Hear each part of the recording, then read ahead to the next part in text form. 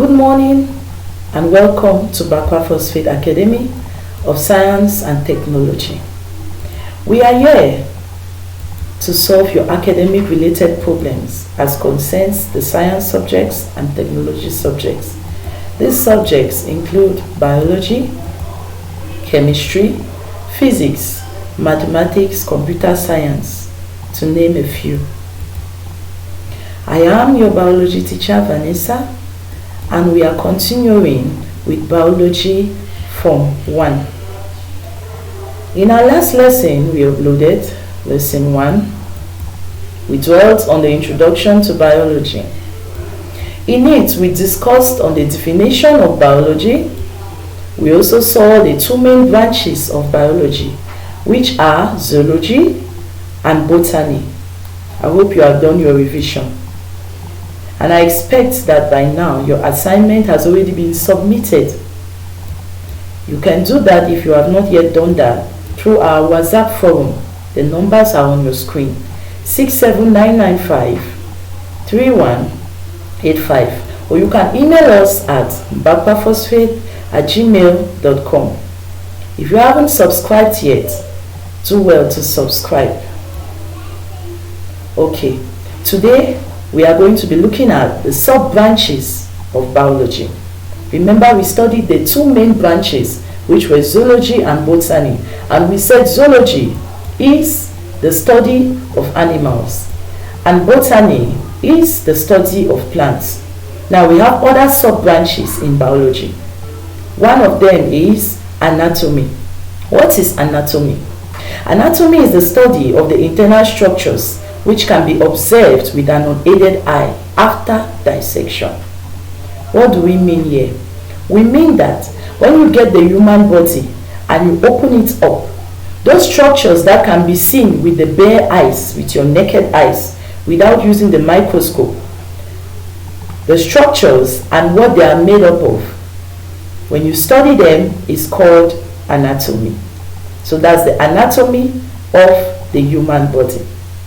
The anatomy of the human body is made up of the brain, the esophagus, the lungs, the heart, the stomach, the liver, the kidney, large intestine, small intestines.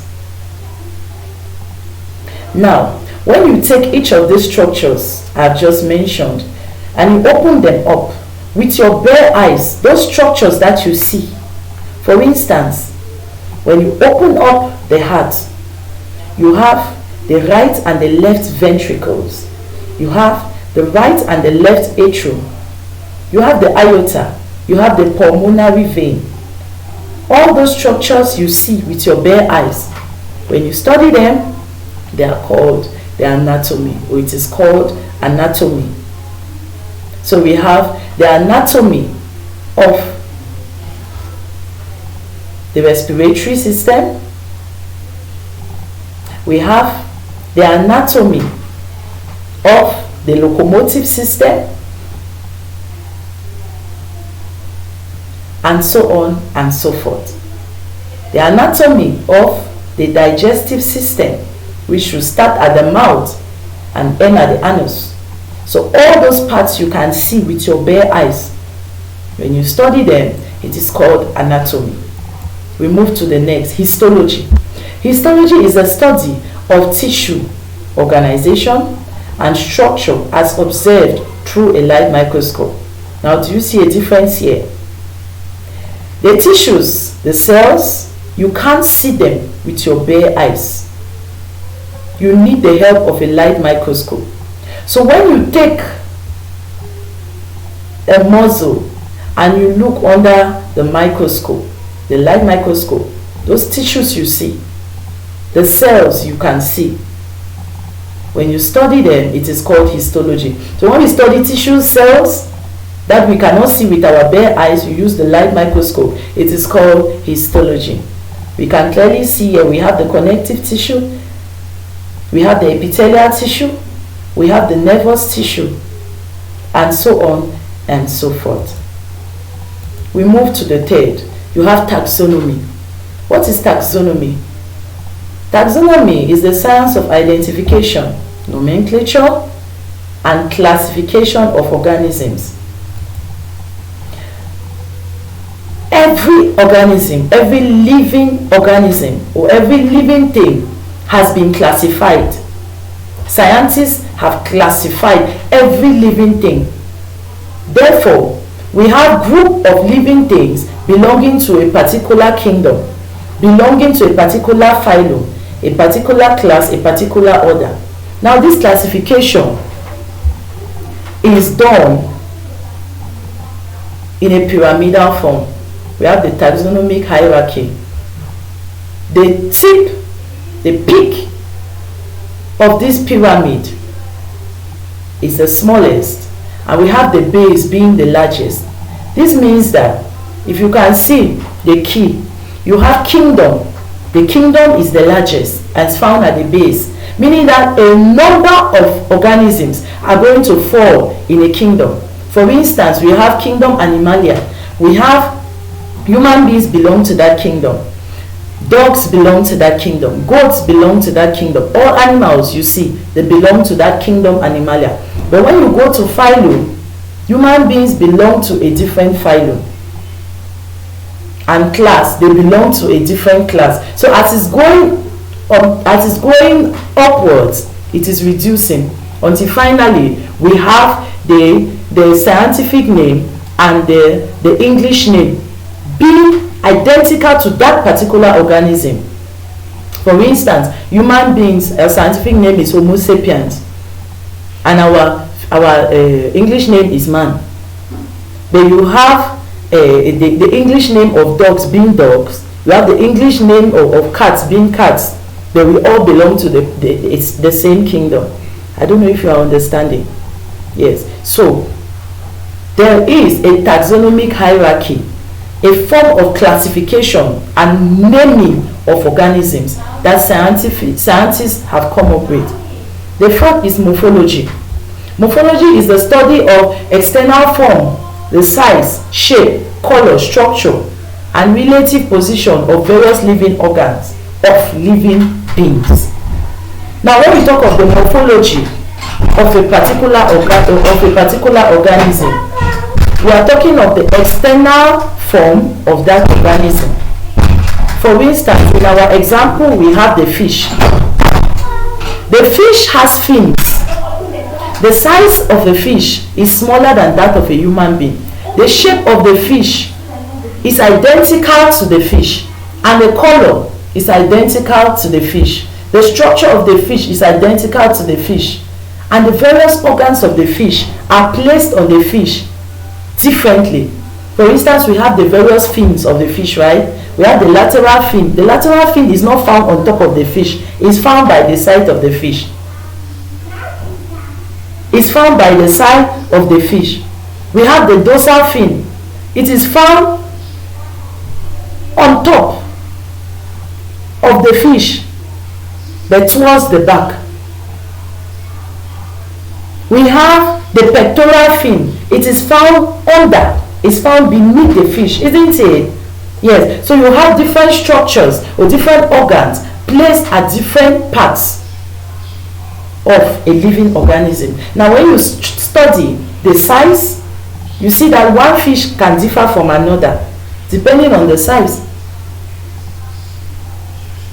Depending on the size. Of course, we know that a whale is a very big fish. It's the biggest fish, right? Now, a whale differs from another, a dolphin. It differs from a dolphin, isn't it? The structures are different. Their structures are different. Their colors are different. The positioning of their fins are different. So that is morphology. When we study that, it's called morphology. We move to the physiology. What is physiology?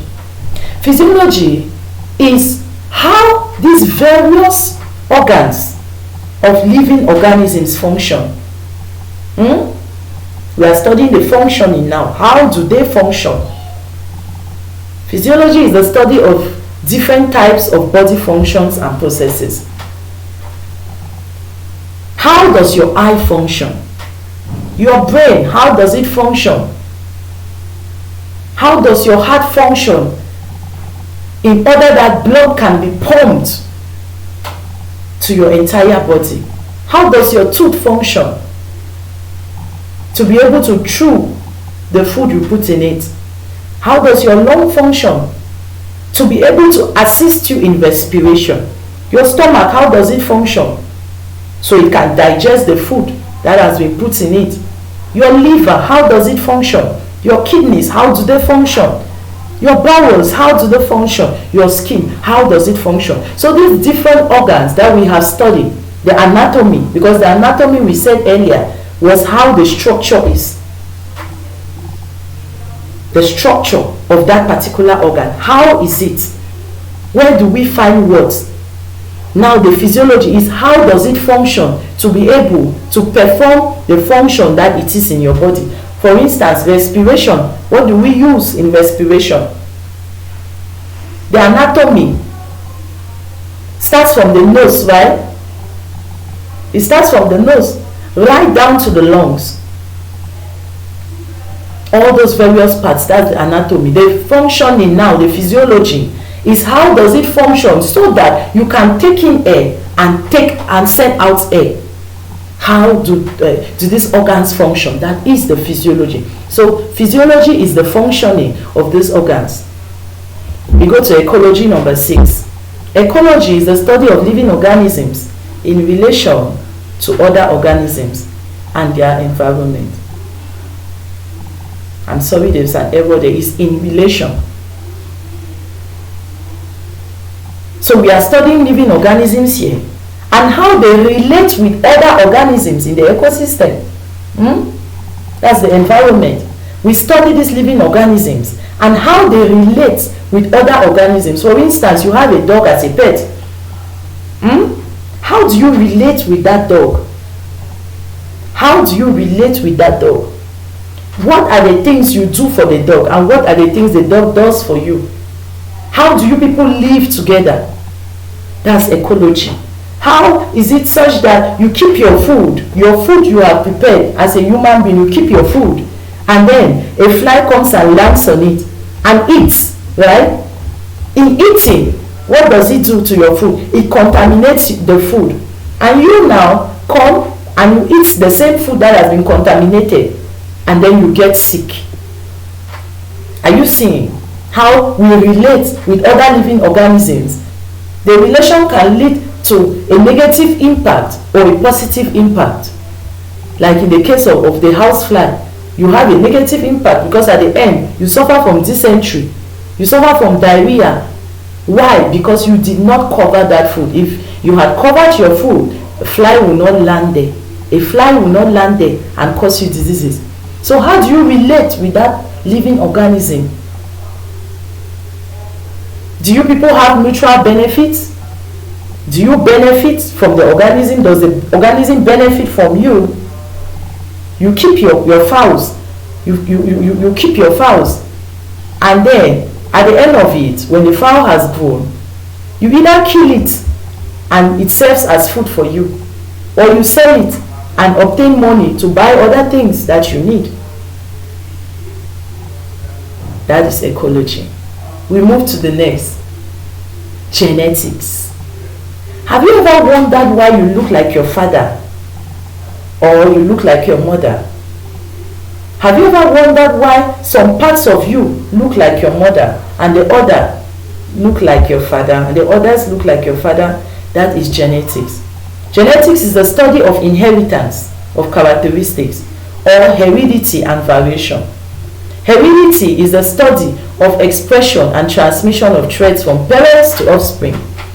So there must be something you have collected from your father or your mother to be who you are. And that's why you are unique. That's why you are unique. That is genetics. What have you inherited? What are the characteristics? Your nose, does it look like your father or it looks like your mother? Or it looks like your mother? Your eyes, do they look like your father or they look like your mother? Now, those characteristics that you have inherited from your father and inherited from your mother is because of genetics, and that's why we study genetics. An albino In our today's language, we call it mukala. You see that an albino will either give birth to an albino also. So a white, two whites give birth to a white as a child. If you find out that two whites who are not métis, they give birth to a black, then there is a question mark somewhere, isn't it? Yes, so that's genetics. That's genetics. We move on to evolution, number 8. Evolution studies the origin of life as well as new types of organisms from the previous ones by modification, involving genetic changes and adaptation. We clearly see in our picture here, we have the primitive man, and gradually it is evolving, and finally you have a modern man. So things have evolved over the years. Initially, we used to use stones. The early man also used to use stones to light a fire. But today we have match. We use match. We use lighters to light fire. In those days, we did not have gas to cook our meals. We were using firewood only. But today we have gas and we have electric cookers.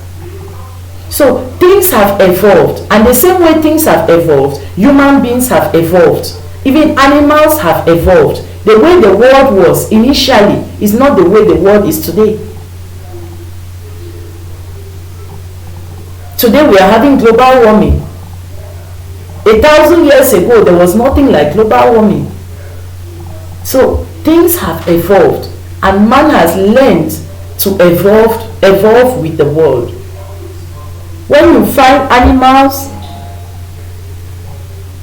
in a cold place, you find out that their skin is tough. Their skin becomes tough over the years because of where they find themselves.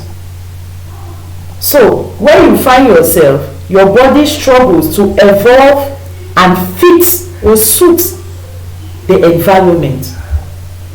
So that's evolution. Modifications, genetic changes and adaptations. So we adapt with our environment as time goes by. We move to the next, microbiology. Microbiology is the study of microbes, bacteria, viruses, etc. What do we mean here? Bacteria, like I said in our first lesson, and viruses, they cause us harm. Some cause us harm and some benefit us. There are some bacteria that are needed in the stomach. Yes, there are some bacteria that are needed in the stomach, but there are some that are harmful and they cause you harm. So when we study these bacteria and viruses, of course we must use the microscope to view them. We must use the microscope. When we study them, it is called microbiology. The next is entomology. Entomology deals with the study of insects. When we study insects such as flies, mosquitoes, we are studying entomology. So these are the sub-branches of biology. There are others, you can do your personal research, but I came up with this because for now, these are the ones you are going to need and you will be using. We move on to the next thing. Careers that are linked to biology. Have you ever wondered that when you study biology, what can you become in future? Have you ever wondered? Of course, there are interesting careers. When you study biology, you can do them. They are interesting careers. And what touches me the most is that most of these careers have to do directly with human beings. Most of the careers have to do with human beings. They touch humanity, such as medicine. You know, medicine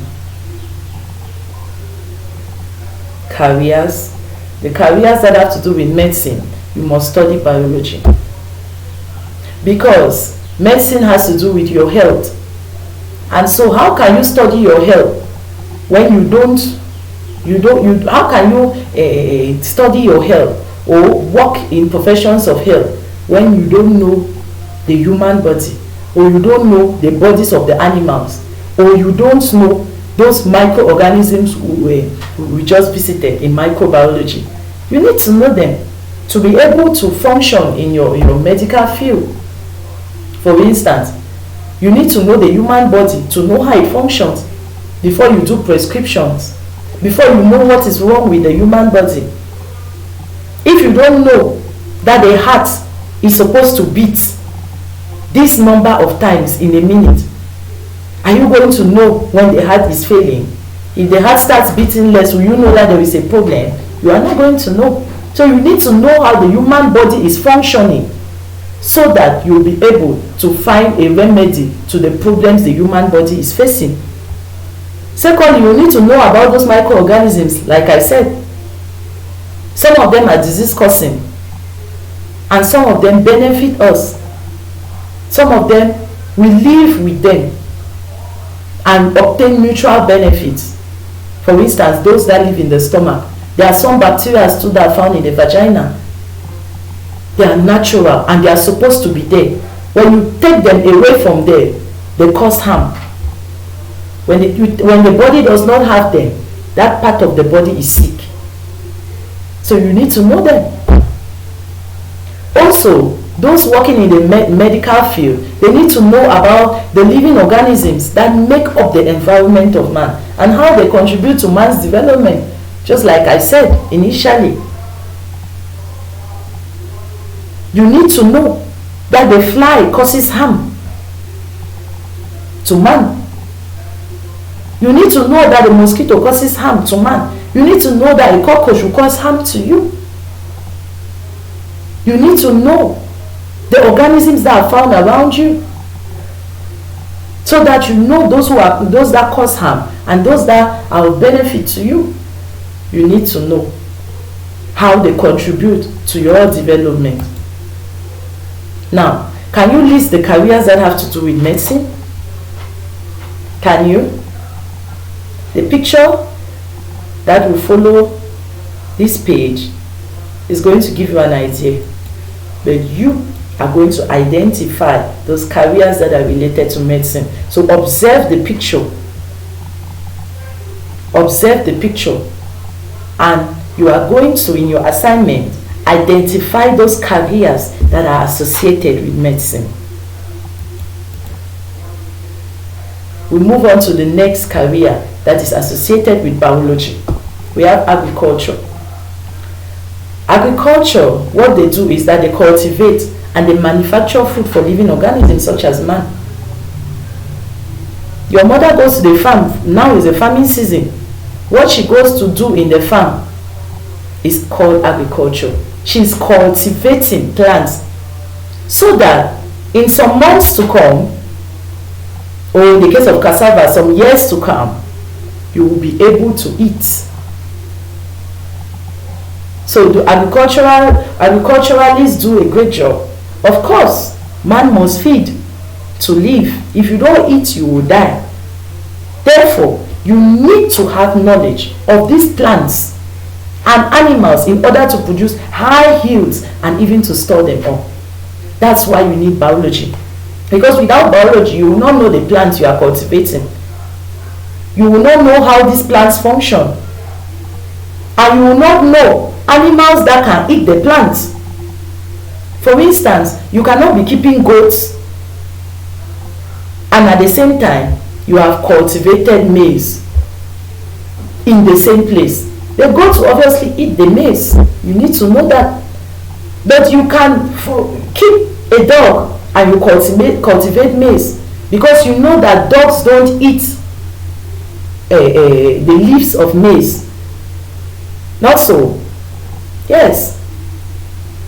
So you need to know these plants and you need to know the animals so that you produce high yields and even store them. What do we mean here by high yields? Means that you are going to produce crops that have done well and are healthy and good for consumption, and you'll be able to store them. You cannot store maize where rats are. If you store maize where rats are, the rats will feed on the maize and you come and see nothing.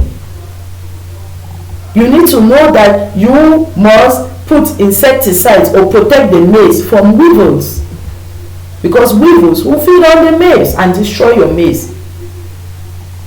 Now, can you list the careers that have to do with agriculture, or should I show you? Okay, I think I'm going to show you. You have farmers, you have agricultural engineers, and you have horticulturalists. Do your research, and in the next assignment that will come in lesson 3, you are going to tell me the functions of farmers, the functions of agricultural engineers, and the functions of horticulturalists.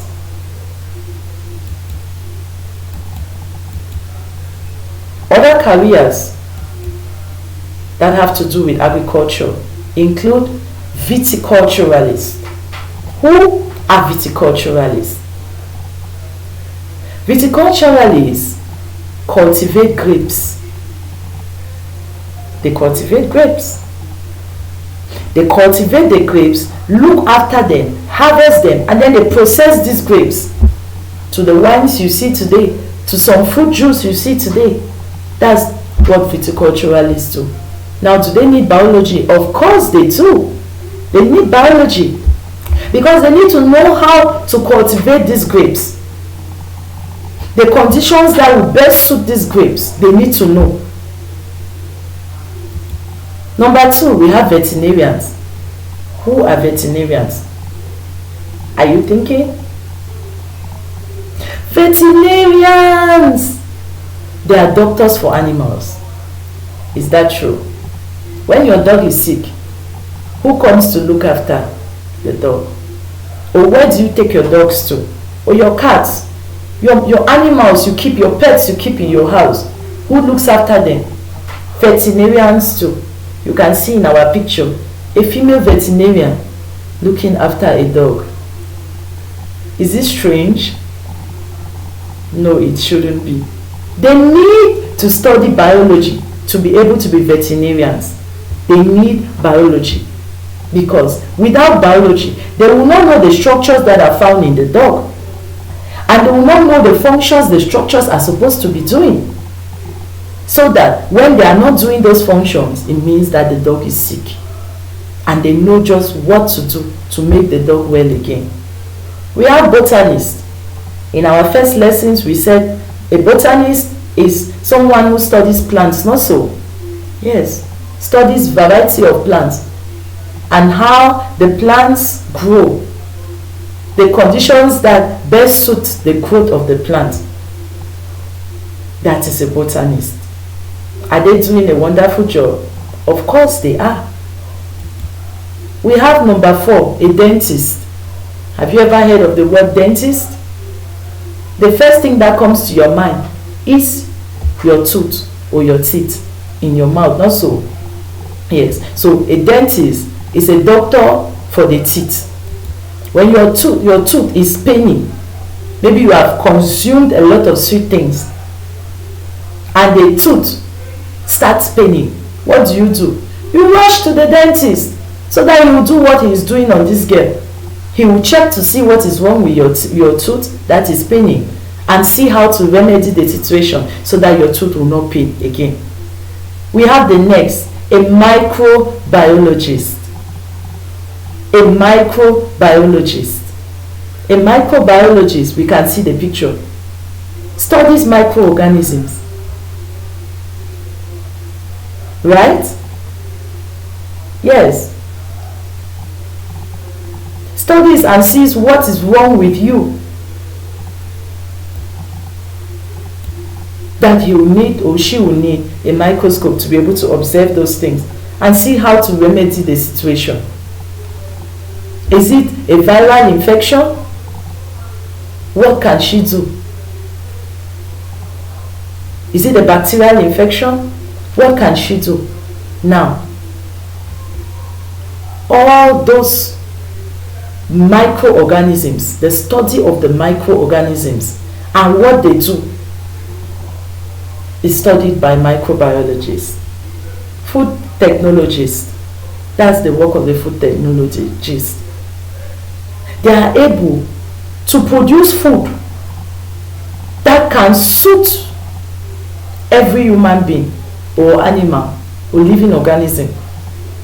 So they process food and come out with end results that you will like. Food technologies. They manufacture food. They manufacture new kinds of food. They work on the existing food to make it better for human consumption. You have wildlife forensics workers. You can see what they do. They take care of our wildlife. It's not an easy job, but it is possible.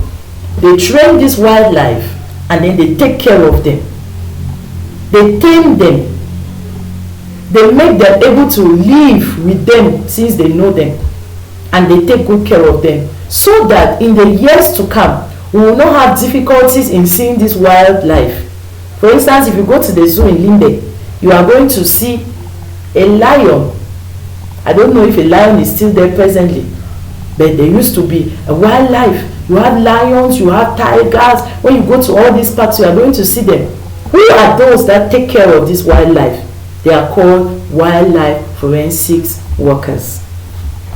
That's what they do. So that in years to come, we are still going to have this wildlife. They will not have, because if they just leave them in the forest, hunters will kill them with their guns.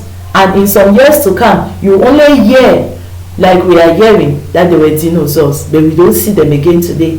You only hear that they were lions, but now we don't have lions. But these wildlife workers are sacrificing themselves so that in the years to come, we are still going to have the wildlife still living on earth. Now we have the forester. When we hear of the forester, we think of the forest, isn't it? Yes, the foresters, they take care of the forest. You know, if they don't take care of the forest, just as the wildlife forensics workers are taking care of the wildlife, if these foresters don't take care of the forest, then in years to come too, you will not see tall trees. So they take care of this forest and preserve them, so that the trees will not be, they will not cut down the trees, and then in years to come we don't have some trees existing. Okay, so that is the job of the foresters. Now we move to your assignment. I hope you have been following and you understand everything that your teacher has taught you today. Number 1, you have to list 5 sub-branches in biology and you define them. 2, list 5 other careers that are related to biology other than the ones that I have listed in lesson 2. You have to list them, other careers that are related to biology other than the ones that I have listed. Number 3, for each career you have listed in question 2, you are to give one way that your knowledge in biology will help you in that career, just as I did, isn't it? Yes, you have to list one way. Give me one way that if you study biology, it will help you in that career. Now, number 4, what career will you like to pursue in future? What career will you like to pursue? What will you like to be in future? And why do you choose that particular career? Number 5, you list 4 careers that have to do with medicine. 4 careers that have to do with medicine. There was a picture I showed you. You go back to them and identify 4 careers that have to do with medicine. And when you have done that, then you will be sure to say, we have ended with our lesson 2. Do well to do your assignments and submit them in our WhatsApp forum. The number is 679953185, or you send it via email. The email is on your lesson 2. Have a nice day and do well to tell us your feedback. How do you feel about the lessons? Don't forget to subscribe. Thank you.